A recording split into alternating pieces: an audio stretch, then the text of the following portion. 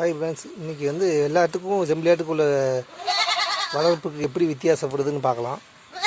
நம்ம எந்த இடத்துக்கு வெள்ளாடு வளர்த்துறது, எந்த இடத்துல செம்பிளியாடு வளர்த்துறதுன்னு இந்த வீடியோவில் பார்க்கலாம். இப்போ வெள்ளாடுன்னு பார்த்தோமா, நமக்கு வந்து கொஞ்சம் காடு கொஞ்சம் அதிகமாக இருந்தால் கொஞ்சம் வெள்ளாடு இருக்கும். ஒரு ஏக்கரா 2 ஏக்கரா இருக்கிறவங்க வெள்ளாடு வளர்த்த முடியும். ஏன்னா நம்ம வெள்ளாடுனா மரத்தலை அதெல்லாம் மரத்தோட தலைகள்லாம் வெட்டி போடலாம். புளியோரத்தில் இருக்கிற மரங்கள் அதோட தலையில் வெட்டி போடலாம். இப்போ செம்பிளியாடாக இருந்தால் நம்ம மேய்ச்சலுக்கு தான் கொண்டுட்டு போகணும். காடு கம்மியாக இருந்தால் வெளியில் மேய்ச்சலுக்கு கூட்டிகிட்டு போகணும். இப்போ காடு அதிகமாக இருந்தால் நம்ம வெள்ளாடு வச்சுக்கலாம். வெள்ளாடு வந்து விவசாயம் பண்ணணுமா, விவசாயத்தோட காடு அழிக்கும் போது விவசாயம் பண்ணிவிட்டு காடு அழிக்கக்குள்ள அந்த அப்போ வந்து நம்ம மேய்ச்சலுக்கு வந்து வெள்ளாடை விட்டுக்கலாம். மற்றபடி இதே மாதிரி கொட்டைக்குள்ளே போட்டுக்கிட்டு, இது ஒரு சின்ன கொட்டகை தான், 10க்கு 10. ஏற்கனவே போன வீடியோவில் சொல்லியிருப்பேன். இந்த 10க்கு 10 வீடியோவில் இந்த கொட்டகையை பற்றி சொல்லியிருந்தேன்.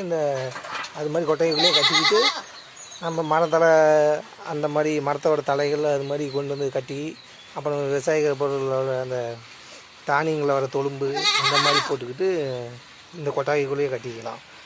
விவசாயம் முடிஞ்சவொடனே விவசாய காட்டுக்குள்ளார விட்டு மேய்ச்சிக்கலாம். செம்பிளியாடு வந்து மேய்ச்சலுக்கே கொண்டுட்டு போய் ஆகணும். அதனால் வந்து மேய்ச்சல் அதிகமான இருக்கிற மாதிரி பரப்பளவு ஏரியாவாக இருந்தால் நம்ம செம்பிளியாடு வளர்க்கலாம்.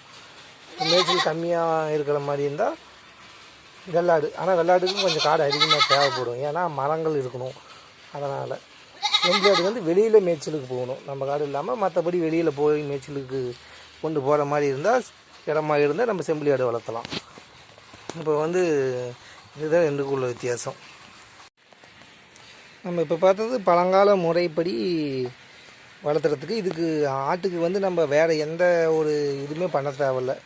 பயிரோ எதுவோ ஒரு இயற்கையாக நம்ம இருக்கிறத வச்சு நம்ம செய்ய போகிறோம்.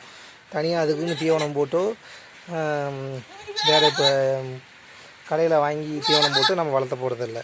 எல்லாமே இருக்கிறத வச்சு வெறும் செட்டு மட்டும்தான். அந்த முறையில் நான் சொல்லிகிட்டு இருக்கேன். அடுத்த வீடியோவில் மறுபடியும் வேறு ஒரு இதை பற்றி மறுபடியும் பார்க்கலாம். கமெண்ட் பண்ணுங்கள்.